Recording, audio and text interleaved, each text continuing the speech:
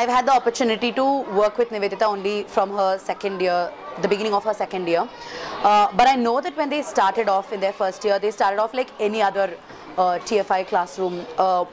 Almost all the kids were either emergent or pre-emergent or just beginning to read texts. Even those were way below their grade level. So Niveditha's vision for her children is to get them to become independent thinkers. She wants them to be ready for the world outside. She knows that she's going to be leaving. The kids are aware that she's going to be leaving after this, and they may or may not have a teacher who will be able to guide them in that direction.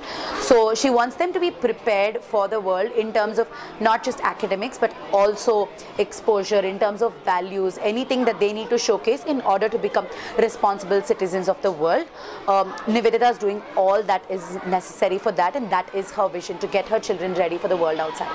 Kids are very passionate learners. Like they're in school, even when Niveditha is off, or when Niveditha isn't in school, learning still happens in that class, and they no longer come to school just because they're asked to come. They come to school because they want to learn, and that, I think, automatically places them on a different life path, and on a path that I would compare to the wealthier schools, the more privileged schools. So far, her kids, most of the kids, majority, I'd say about 90% of the children, have already shown about three grade levels of improvement in terms of reading comprehension, and their math levels have also increased humongously. And by the end of this year, Niveditha is aiming to get the whole class on grade level. The Olympiad that Niveditha sent her children for was one good example of comparing her children, our TFI children, with the other schools, other quite privileged schools.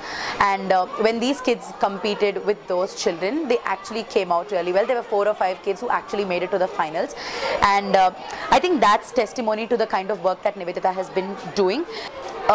When I look at the kids every day, I manage to come somehow once a week at least to the class in order to observe Niveditha and her lessons.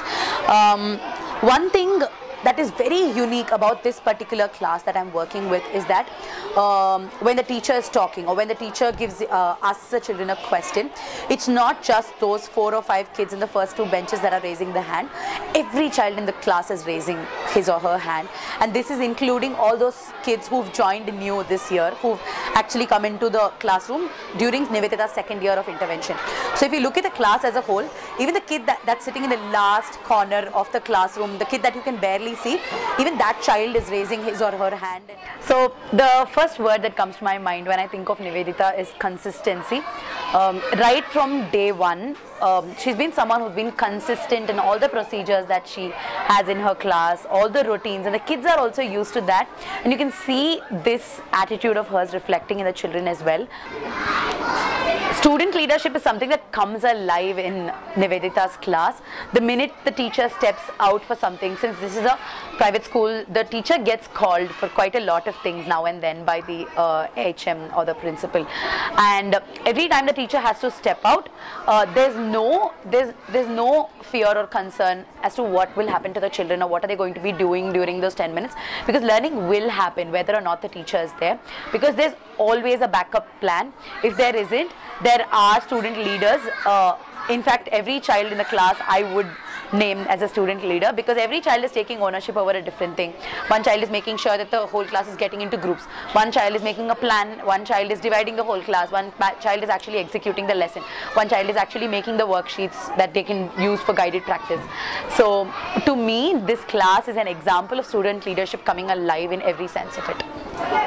Niveditha, according to me, has been an excellent teacher in her class, and one of the strongest competencies that I've seen in her is having a very, very clear vision for where she wants to get her children, for where she wants to be at the end of the fellowship, and setting clear-cut goals that will lead her to that vision. She's working in a particularly tricky school. Community visits is something that she's not allowed to do, and yet how she manages to keep in touch with the parents, how she manages to communicate to the parents where the children are, even through phone, or whether it means getting the parents into the classroom. She's done everything possible in order to make sure the kids are learning, to ensure the well-being of the children.